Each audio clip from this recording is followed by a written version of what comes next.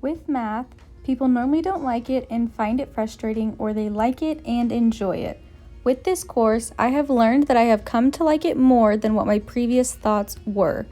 From my experience, I've allowed myself to explore having a growth mindset and encouraging myself more when it comes to math, which allowed me to change my previous notions.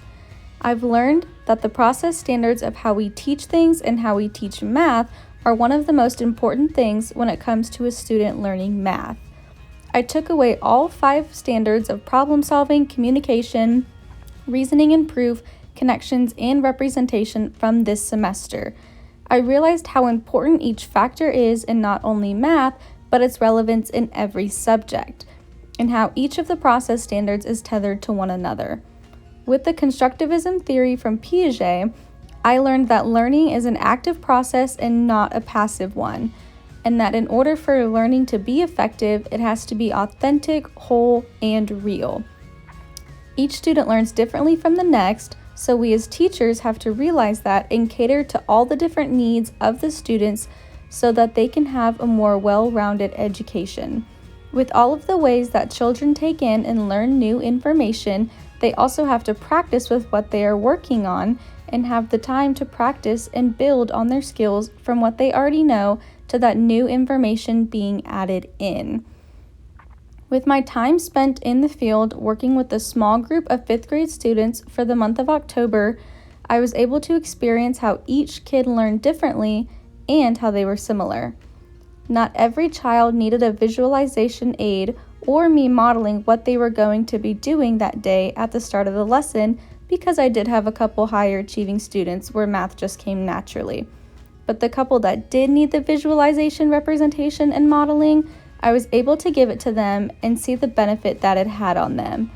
But regardless of that, I was still with them in the small group, scaffolding and supporting throughout all of the lessons when needed. If they needed help, they were not afraid to admit it and call my name for help, so they already had a bit of growth mindset distilled in them already because they knew that they needed some help with what they were not understanding. And if it was not me helping them, it was because they felt confident enough to ask their partner for help, so their peer was able to help them out as well, which showed me how much community and trust was in my group. The manipulatives that I used during my lessons were a great thing for every student. I was able to see the aha moment when a concept clicked for them because they were excited to tell me and show me what they learned, and I was happy for them in their excitement for learning. The role that visualization plays in math is incredibly huge because the kids were able to see live what a formula looked like and be hands-on creating the problems with the manipulatives, as well as being able to work out the problem on paper.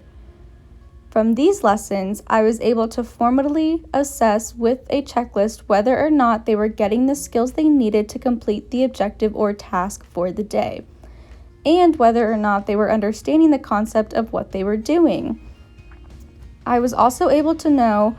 what I needed to see or look for and what I need to hear from the students as they were completing their tasks.